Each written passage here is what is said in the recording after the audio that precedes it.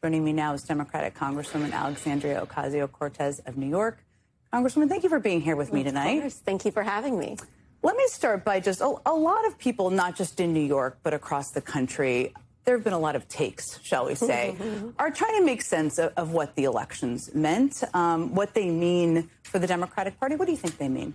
You know, I think that these elections mean, of course, they are reflections of the constituencies and communities that elected them and that rendered them. And I can say absolutely, at least in the city of New York, voters are just really ready for a Democratic Party that stands for something and has a very strong agenda to make our lives easier, to tackle corruption, to lower costs, to make healthcare a right for every American, to raise wages, to make unionizing easier in the workplace.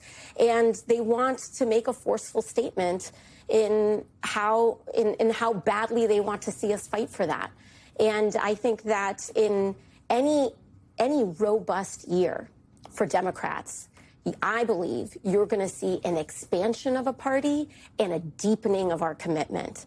And so I actually think that these results are a very good sign for November.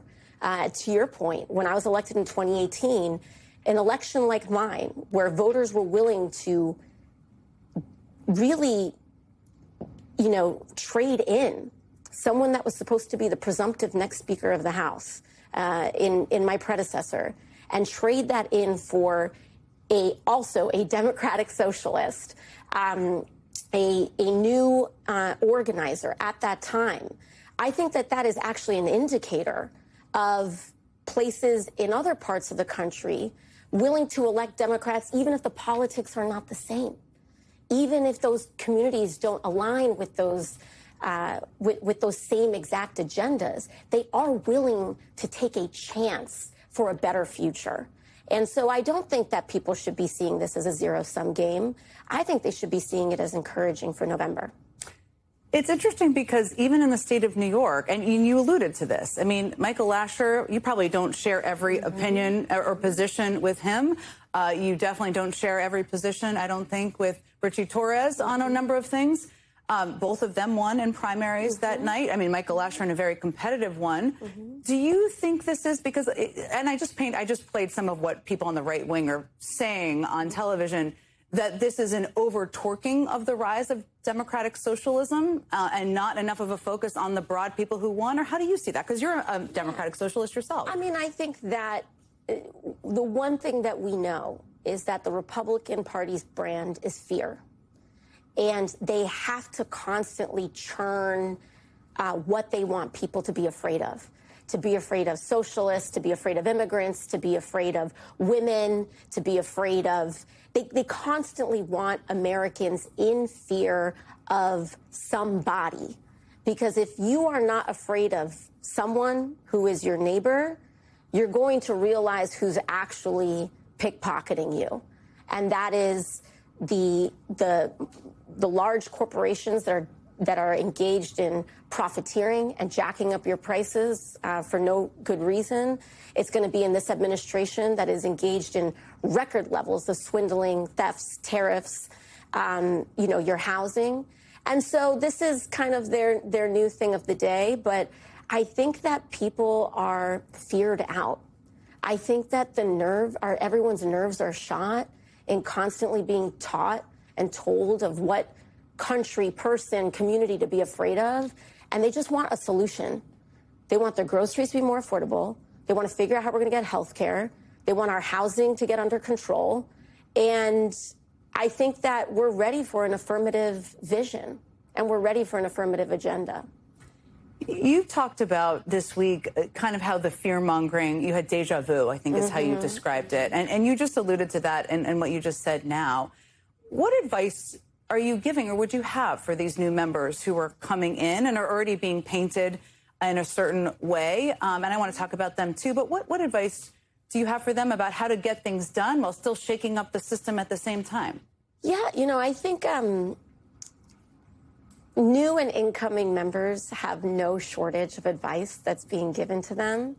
Well, but you lived it. Yes, you yes. lived it in a very different way. Yes, and I mean, I'll get to them, but I actually think the more important advice that I would give would be to my incumbent colleagues, which is you will create a self-fulfilling prophecy by deciding who these young women are before you've met them.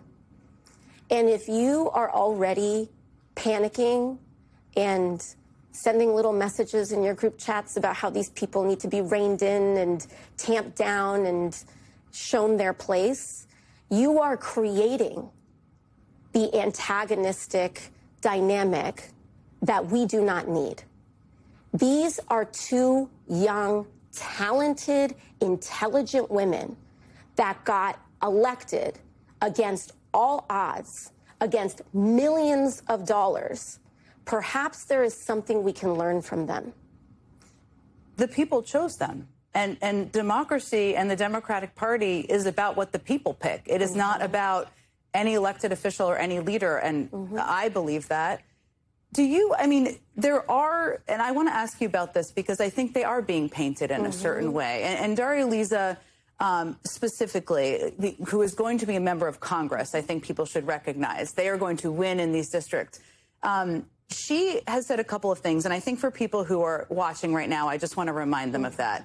She attended a pro-Palestinian rally in Times Square the day after the Hamas attacked Israel. She said she was worried about an outsized reaction that cost thousands of people their lives. She has not backed away from attending that rally. She deleted a Twitter account that had a number of posts that called for the abolishment of police and prisons. According to CNN in 2021, this is what there's a reference to. She posted, "A world without borders, just like a world without prisons or police, is possible and necessary and the only moral way forward." She's again has said those posts don't reflect who she is today. You do not speak for her. You speak for yourself. And I know she's tried to distance herself. She's probably under a greater level of scrutiny she's ever been in her life.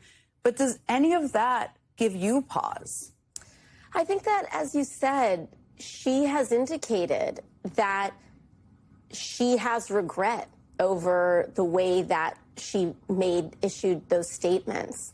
And I genuinely believe that the gravity and the responsibility of this role has a way of inhabiting you. And I genuinely believe that we have to give people the opportunity to occupy their beliefs within the gravity of becoming a duly elected member of Congress.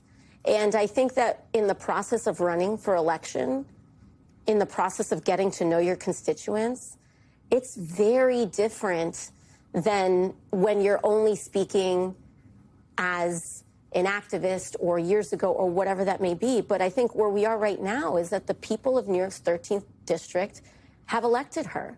And she is responsible and has absolutely, I think, expressed a sense of responsibility in how she wants to lead.